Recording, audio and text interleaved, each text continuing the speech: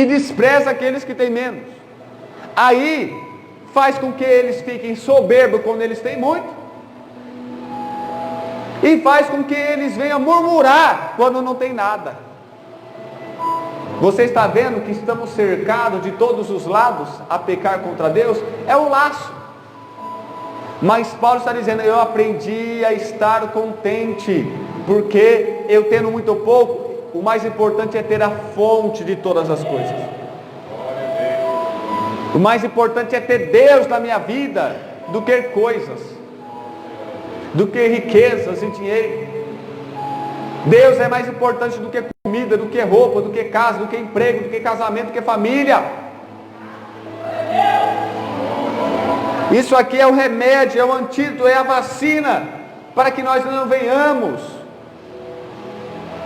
a se afastar de Deus e a adorar a mamon, as riquezas. Isso aqui, meus irmãos, esse testemunho do apóstolo Paulo serve para nós de exemplo.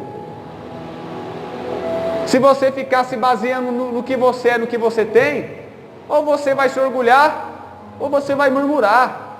Mas quando você baseia sua vida em Deus, em quem Deus é, e na sua comunhão com Ele, você então terá vida em abundância, então você será feliz, então você vai sentir a verdadeira alegria. Não importa se você tem mais que os outros ou menos que os outros.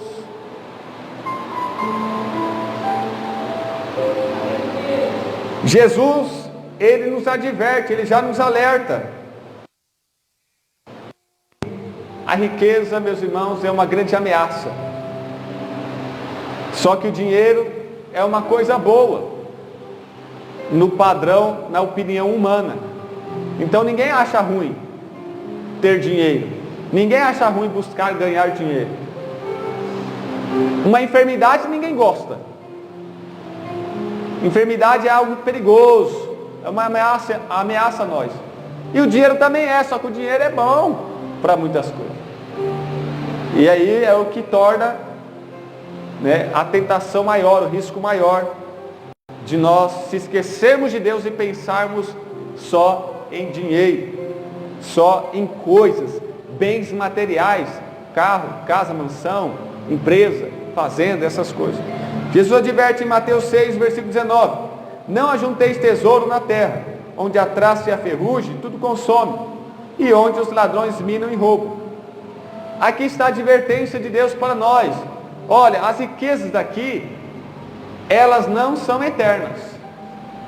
Então, as riquezas que Deus nos dá são maiores. É a vida eterna, é o céu, é uma nova vida, é estar com Ele para sempre. Então o galardão, a recompensa, o tesouro e a riqueza que Deus dá ao homem, que é a sua própria presença, é maior do que as riquezas deste mundo. Mas às vezes nós supervalorizamos mais as coisas desta vida do que as da vida vindoura, da vida espiritual. E Jesus adverte: olha, eu já vou explicar para vocês, mas é claro, Jesus está falando de algo que as pessoas talvez já saibam, que as riquezas o ladrão pode roubar, pode estragar, pode se perder, pode ter prejuízo, pode ir à falência, são passageiros, é vaidade. Agora, ajuntem, acumulem, invistam no reino de Deus, na vida espiritual, porque permanece para sempre. Então, veja que as palavras de Jesus advertindo todos nós, o testemunho do apóstolo Paulo é totalmente contra a teologia da prosperidade e os pregadores charlatões, cafetões da prosperidade.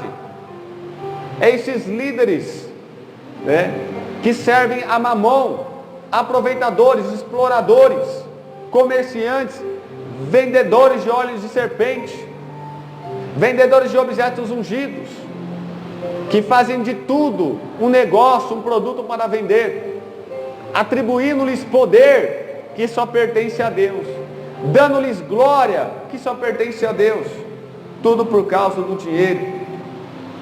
Mas o reino de Deus é diferente do reino dos homens. Romanos 14, versículo 17 diz: porque o reino de Deus não é comida nem bebida, mas justiça e paz e alegria no Espírito Santo. Veja que o reino de Deus não é ter. As coisas de Deus, o reino de Deus não é ter, mas é ser. O reino de Deus não é comida, não é bebida, não são coisas materiais, mas é ter paz, é ter alegria, é ter vida santa, é ter vida espiritual, concedida pelo Espírito Santo. Então o reino de Deus é um estado espiritual. É um estado, quando a pessoa está alegre, está feliz, tem vida espiritual, uma vida santa, amém? Consegue viver a palavra de Deus, quando ele está nesse estado de cristão, quando ele tem essas qualidades, essas virtudes geradas pelo Espírito Santo, então ele está assim. O reino de Deus não é ter, é ser. O reino de Deus não é ter casa, ter bom salário, ter faculdade. Não.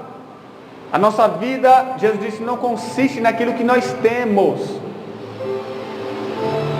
A nossa vida consiste naquilo que nós somos para Deus. Porque no mundo é assim, se você tem mansão, carro importado, se você tem um cargo, uma posição, um emprego, um título importante, o seu tratamento, né, todo mundo vai querer ser seu amigo, todo mundo vai te respeitar, vai puxar saco. Agora se você é um pé rapado, um mendigo, eles vão te dar um chute e te tocar do lugar. Porque no padrão do homem você é o que você tem, mas no padrão de Deus não. Não importa o que você tem, Ele te ama da mesma forma, igualmente, louvado seja Deus. De maneira que você tendo muito ou tendo pouco, Deus te ama da mesma forma. E Satanás quis colocar dúvida no coração de Jesus, dizendo, Jesus, você está em jejum, aí há 40 dias aí no deserto, o Pai nem te ama, nem cuida de você, nem te deu comida ainda, que Deus é esse? Então, se vira você mesmo, transforma as pedras em pães. Não importa você estando bem ou estando mal, Deus te ama, porque o amor de Deus, o relacionamento com Deus não está baseado no que você tem, mas no que você é. Aleluia, grande Deus. E é por isso que nós temos valor diante de Deus, porque Ele é que nos criou, Ele que nos deu a vida, e isso basta para Deus. Você não tendo um carro na garagem ou não, grande Deus. Muitas campanhas mostram que a igreja está servindo, na maioria das vezes, não é a Jesus, mas é a Mamon. Mateus capítulo 6, versículo 24. Ninguém pode servir a dois senhores, porque ou há de odiar um e amar o outro, ou se dedicará a um e desprezará o outro. Não podeis servir a Deus e a Mamon. E é claro que aqui tem um sentido pejorativo, um sentido religioso, porque a palavra mamon significa riqueza. Por que se fala mamon? Porque mamon é o Deus da riqueza. Então, com toda certeza, o texto aqui não se refere aos ímpios, que buscam mais o dinheiro e nem crê que Deus existe. Está falando aqui do próprio povo de Deus, que busca as riquezas mais do que a Deus. E aí se dá o nome, o título para as riquezas de Mamon, um ídolo servido e adorado, tanto na sua vida lá fora, como dentro da religião. Então você vê que muitos cultos, muitas campanhas revelam que as igrejas, as pessoas estão buscando não a Jesus, mas a Mamon. Estão adorando não a Jesus, mas a Mamon. Estão pedindo não por Jesus, mas por Mamon. E isso você, qualquer pessoa que esteja sóbrio, inteligente, que raciocine e pensa, verá isso claramente. Só aqueles que enganam a si mesmos ou são enganados. Está patente aos nossos olhos que a maioria está buscando e adorando e servindo a Mamon do que a Jesus Cristo. Quando o meu interesse pessoal